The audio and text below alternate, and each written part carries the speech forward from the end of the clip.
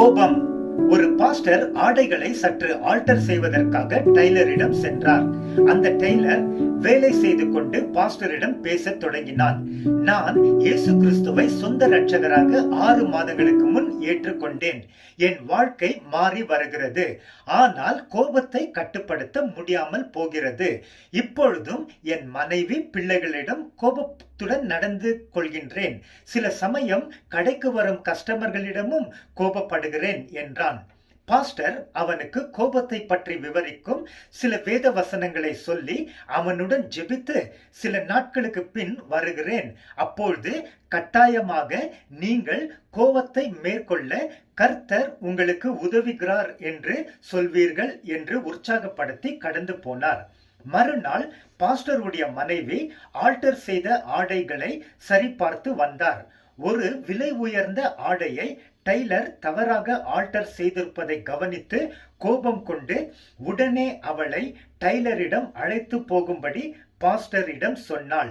அவளுக்கு எளிதில் கோபம் வரும். வழியிலே போகும்போது பாஸ்டர் மனைவி டெய்லரை கோபத்துடன் திட்டிக் கொண்டு எரிச்சலுடன் சென்றாள். டெய்லர் ஷாப் நெருங்கும் வேளையில் பாஸ்டர் மனைவியை பார்த்து, நேற்றைய தினம் டெய்லர் கோபப்படுவதை மேற்கொள்வதற்கு ஜெபித்து அவனுக்கு வசனங்களை சொல்லி உற்சாகப்படுத்தினேன். நீ இப்பொழுது மெதுவாக பேசு, கோபத்தை வெளிப்படுத்தினால் நலமாய் இருக்காது என்று கூறினார்.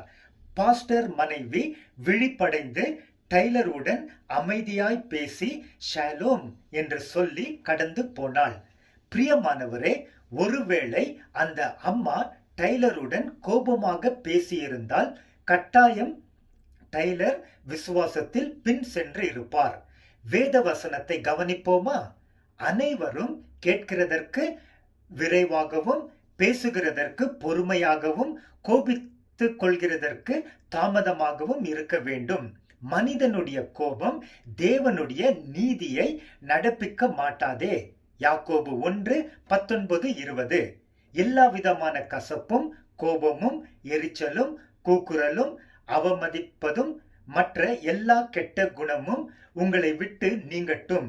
ஒருவருக்கு ஒருவர் தயவாகவும் மன உருக்கமாகவும் இருந்து கிறிஸ்துவுக்குள் தேவன் உங்களுக்கு மன்னித்தது போல நீங்களும் ஒருவருக்கு ஒருவர் மன்னியுங்கள். எபேசியர் 4:31-32. பிரியமானவரே, தொடர்ந்து நாம் சமாதான பிரபுவாகிய இயேசு கிறிஸ்துவின் பிள்ளைகளாய் எல்லோருடனும் சமாதானத்துடன் வாழ்வோம். ஷாலோம்.